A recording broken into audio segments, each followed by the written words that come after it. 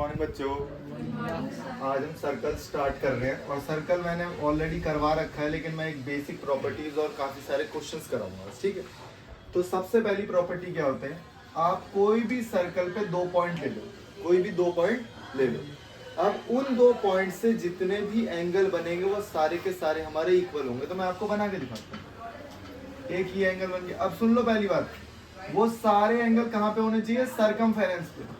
क्या वो सारे एंगल सरकमफेरेंस पे है या नहीं है? हाँ है। तो मैं इनका नाम लिख देता हूँ पी क्यू आर एस।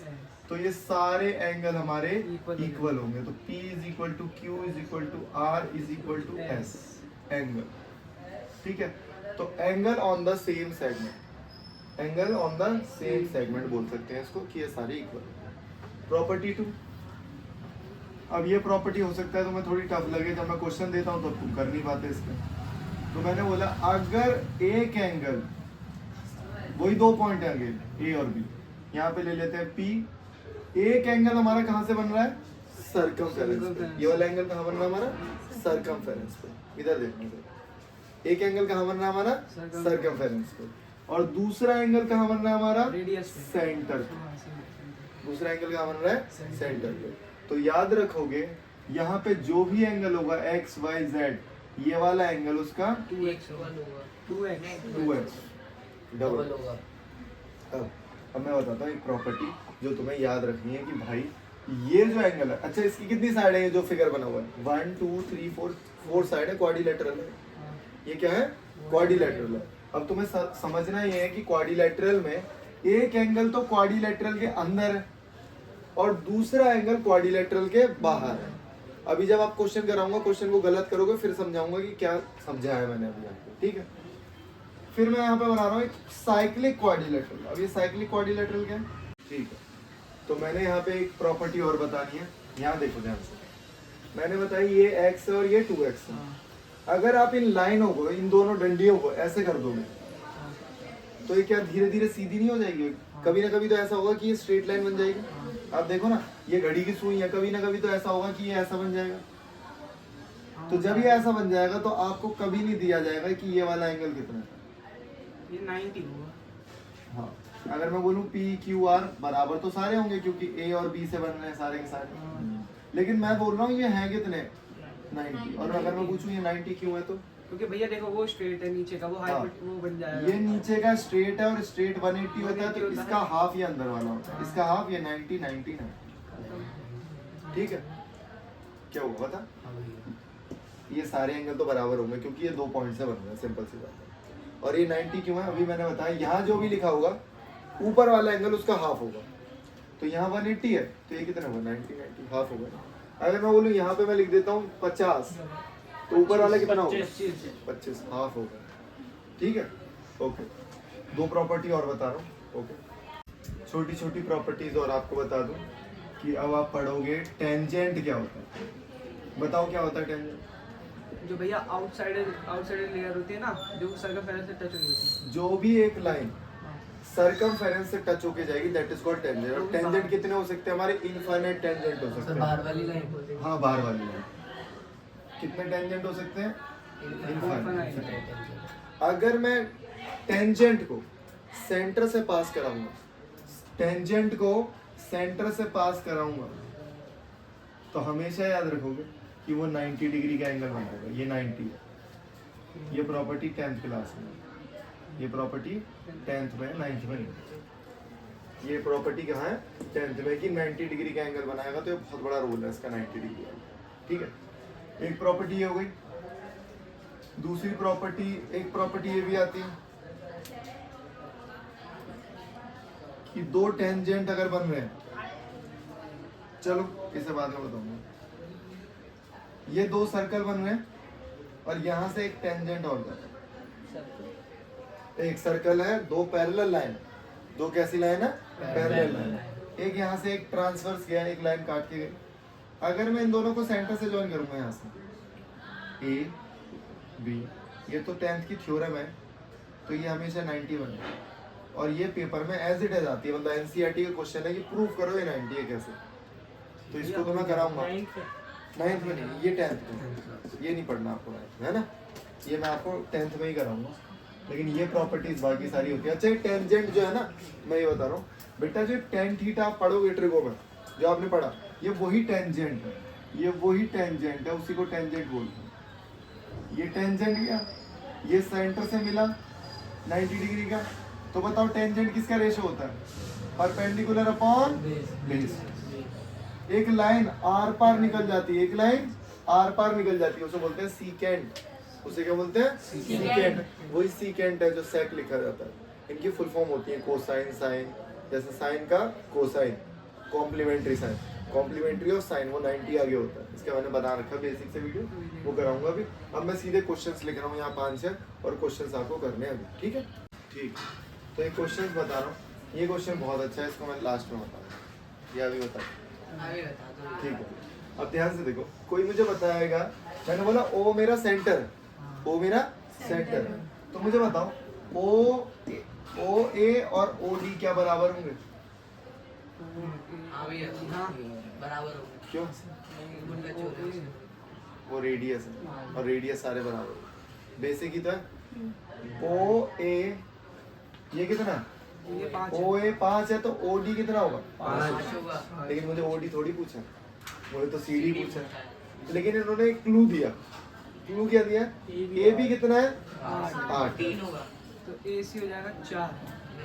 रुक जाओ, तो ए सी हो जाएगा 4। अब कुछ ट्रिपलेट वगैरह याद आ रहा? ध्यान से देखो, ये कितने का है? 90। अब हमने एक ट्रिपलेट पढ़ा हुआ है कि 90 का समझ में आ गया ना? इसके सामने वाली साइड हाइपोटेन्यूस है। वैसे तो मैं शॉर्टकट ही बता रहा था, लेकिन मुझे कराना पड़ेगा।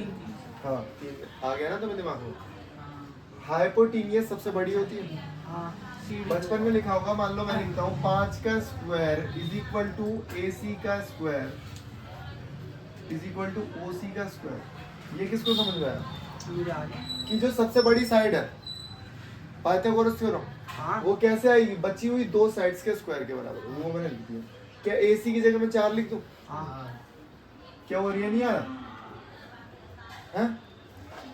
अरे पाइथागोरस थ्योरम ही तो लगाइए, पाइथागोरस थ्योरम लगाइए। इन दोनों के स्क्वायर को अगर मैं ऐड करूंगा, मान लो इसको मैंने x ले लिया, तो इन दोनों के स्क्वायर को ऐड करूंगा तो ये हाइपोटेन्यूस आती है, जो कि लॉन्गेस्ट साइड होती है। तो मैंने देखा भाई, ये 4 का स्क्वायर और ये x का स्क्वायर, तो ये आ गया। ये कितना हो गया? 25, 16 माइनस करना 9 का रूट करना पड़ेगा क्योंकि ये स्क्वायर में, तो ये कितना हो गया? 3। अभी मैंने आपको बताया OD कितना है? 5। OD कितना है? 5। 3 होगा, सॉरी। ये कितना है? 3। तो ये कितना हो गया? 2। बहुत। लेकिन ये सारे कामों में ओरली करना है क्योंकि MCQ करा रहा हूँ। ये MCQ। तो जैसे ही आपको ट्रिपलेट याद होंगे, ट्रिपलेट्स बहुत सारे बच्चों को याद है। 5 है, 3 4 5। अभी मैं यहाँ पे वैल्यू चेंज करता हूँ, देखो वैल्यू चेंज कर दी मैंने। यहाँ पे लिख दिया मैंने 13 और यहाँ पे लिख दिया 12। अब बताओ ये भी कितना है? 24 लिख दिया। चलो ये भी नहीं लिख रहा। CD बताओ अब कितना होगा?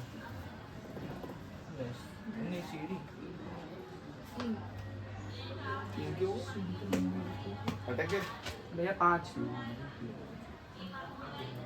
क्या 5? अबे सुन ले, ऊपर 5 ही आएगा।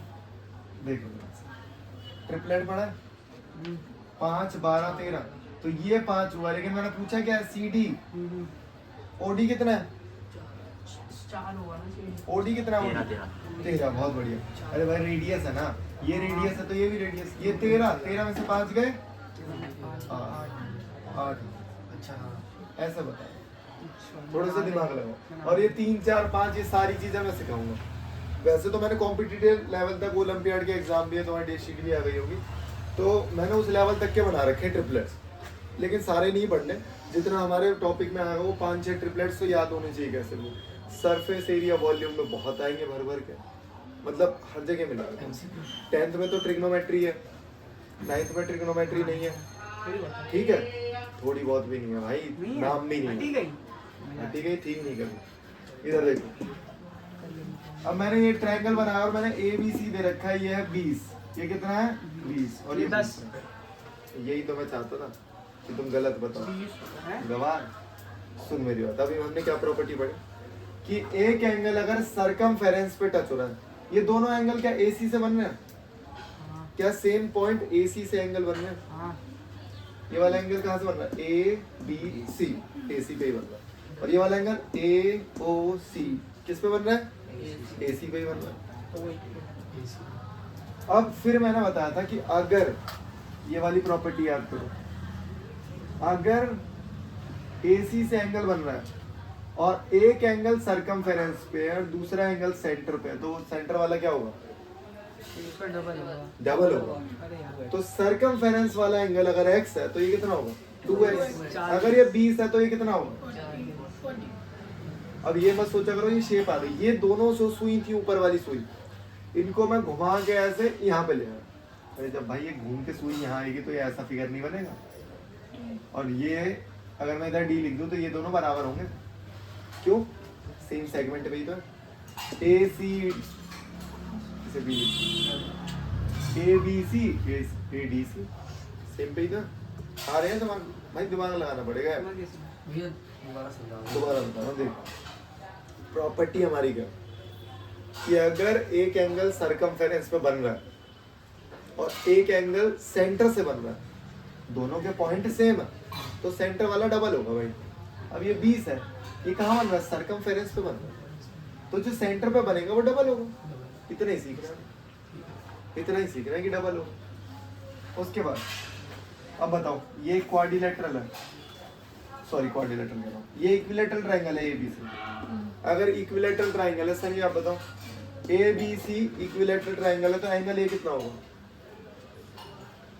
चल तू बता। मैं ना ये बोर्ड फेंक के मार दूंगा।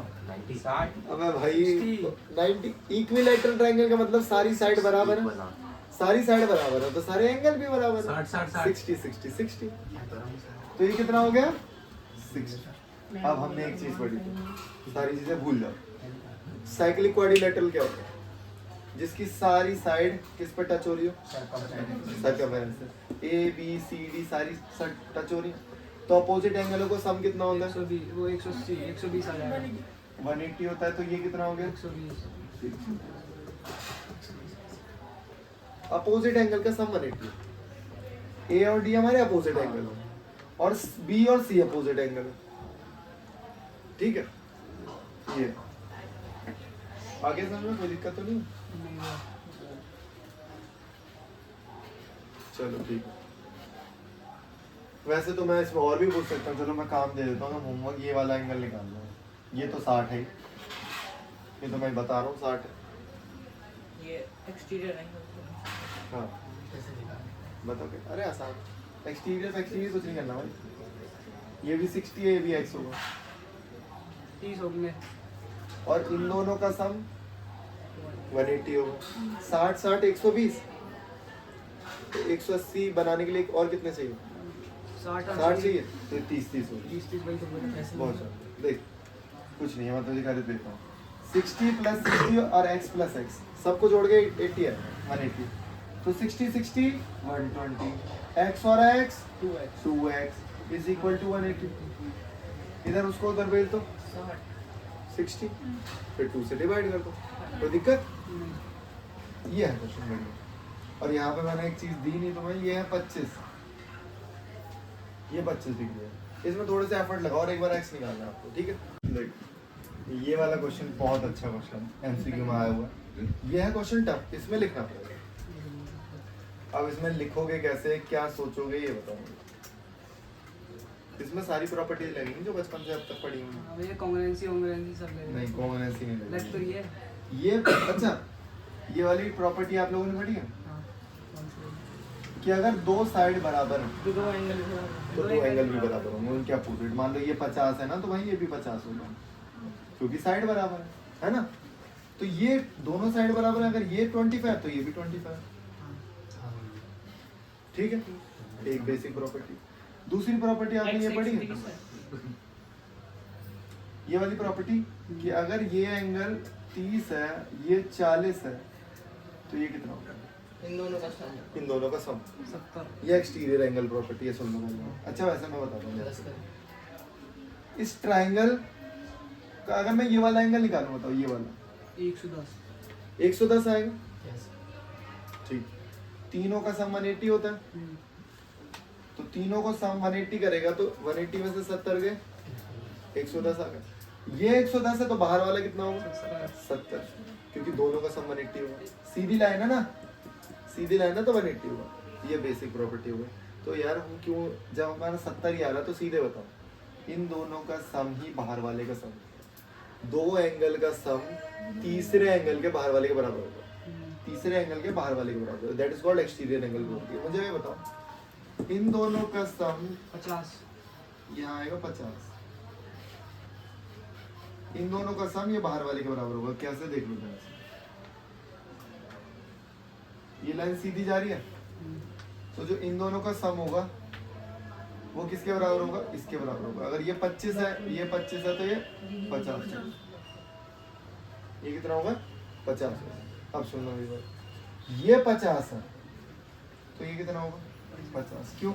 अरे भाई ये रेडियस है तो ये भी रेडियस है, टफ है क्वेश्चन। अच्छा जब ये 50 है, ये 50 है तो ये वाला निकाल लोगे, हाँ 80, 80। अब ये क्या सीधी लाइन है, हाँ 75, बहुत ही बढ़िया, बहुत शानदार जवाब। क्या 180, ये कितना हो गया हमारा 105, 105, उधर भेज दो 105 को, x बराबर 7। ये अच्छा क्वेश्चन है। और देख लो 10th के सैंपल पेपर में पिछले साल के, मैं आपको ये सारे क्वेश्चंस दिखा दूंगा, लेकिन ये बेस कहाँ पे है 9th में, और ये क्योंकि मैं 9th की बुक से करा रहा हूँ, क्वेश्चन में दिखा दूंगा 10th की, ठीक है, क्योंकि एनसीईआरटी से नहीं करा रहा। हाँ दोबारा बताऊँ, दोबारा, बहुत अच्छी बात है, दोबारा बताऊंगा। सबसे पहले बेसिक प्रॉपर्टी मैंने बताई है कि अगर दो साइड बराबर है तो उनके अपोजिट एंगल भी बराबर होंगे। तो ये 25 है तो ये भी 25 होगा, क्योंकि ये दोनों साइड बराबर है। फिर उसके बाद मैंने एक प्रॉपर्टी बताई कि भाई ये रेडियस है, दोनों रेडियस नहीं है, तो मुझे बताओ अगर ये m है तो ये कितना होगा, ये नहीं होगा, m ही होगा। क्यों? क्योंकि भाई- अभी तो पता है अगर दो साइड बराबर है तो उनके अपोजिट एंगल भी बराबर है, और ऊपर से रेडियस से भी बन रहा है।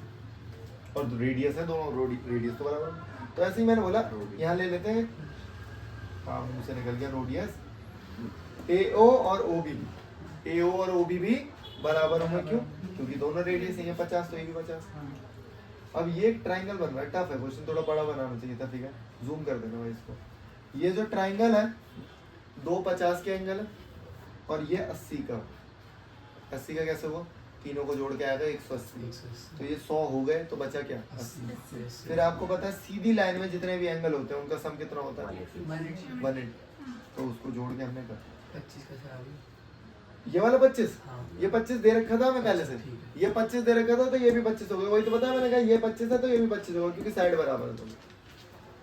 अब देख लो ये पूछा 90 90 होगा, क्या बात है, यहाँ देख लो पहले, बस मुझे ये बताओ, मुझे पूछा है what is the relation between L और एम, अभी तो यहाँ पे एम नहीं लिखा था, तो मैंने देखा ये दोनों तो रेडियस है, तो भाई ये एम है तो ये भी एम, बहुत बेसिक चीज है। मुझे पता है ये एल है तो ये बताओ कितना, 12 हो जाएगा। अभी आपने क्या पढ़ा कि तीनों ट्राइंगल के सम को ऐड करके क्या आएगा 2l प्लस m बराबर 180, m और m 2l, 2 कॉमन ले लिया मैंने, बताओ 2 को इससे डिवाइड कर दो, 99, L plus M is also 92 अब ऐसे ही ऑप्शन होंगे। अब पता क्या होता है, बच्चे घबरा जाते हैं, यार ना l की वैल्यू दे रखी है ना m की वैल्यू दे रखी है, कोई वैल्यू नहीं दे रखी है, और पूछ लिया l प्लस m बताओ, वहां पे ऑप्शन होंगे 80, 70, 90, 100, कुछ भी हो सकता है। अब बच्चा यही कंफ्यूज होता है, भाई कैसे बताऊं, कुछ तो दे ही नहीं रखा इसमें, सोचता क्वेश्चन कर लेता मिस प्रिंट है, कुछ ना कुछ होगा, आगे निकाल दिया ना अपन, ऐसे होते हैं क्वेश्चन। अब ये वाला क्वेश्चन बहुत आसान है, बहुत आसान। अच्छा ये बताऊँ, ये पता है तुम्हें, हाँ अंदर वाला निकाल लोगे वाला 70, 70, अच्छा ये 70 तो ये कितना होगा ये 110, 110, क्योंकि इन दोनों का सम 180 होता है, तो सीधे दिमाग ही मतलब हो, बाहर वाला एंगल उसके अपोजिट होगा 180, 1 टाइम। अगर मैं बोलूँ ये है 70, ये तो ये वाला 70, इस, अगर ये बाहर वाला दे रखा है ना तो उसके कोने वाला देख लो, ये हमें ट्रिक है, ठीक है, ये बिल्कुल बेसिक था। तो मैंने बताया ये चल रहा है अभी हमारा 1 नंबर 2 नंबर वाला हिसाब, और जब मैं कराऊंगा सॉल्व करने वाला तो वो बड़े क्वेश्चन होंगे, हम 5 क्वेश्चन ही कर लेंगे, उनमें से कोई ना कोई क्वेश्चन फंसेगा पक्का, ठीक है। लेकिन हमें बेस पहले कंसेप्ट पता होंगे यार, मैं अप्लाई तो कर पाऊंगा तभी तो कर पाऊंगा, प्रॉपर्टीज याद होनी चाहिए मुझे, ठीक है।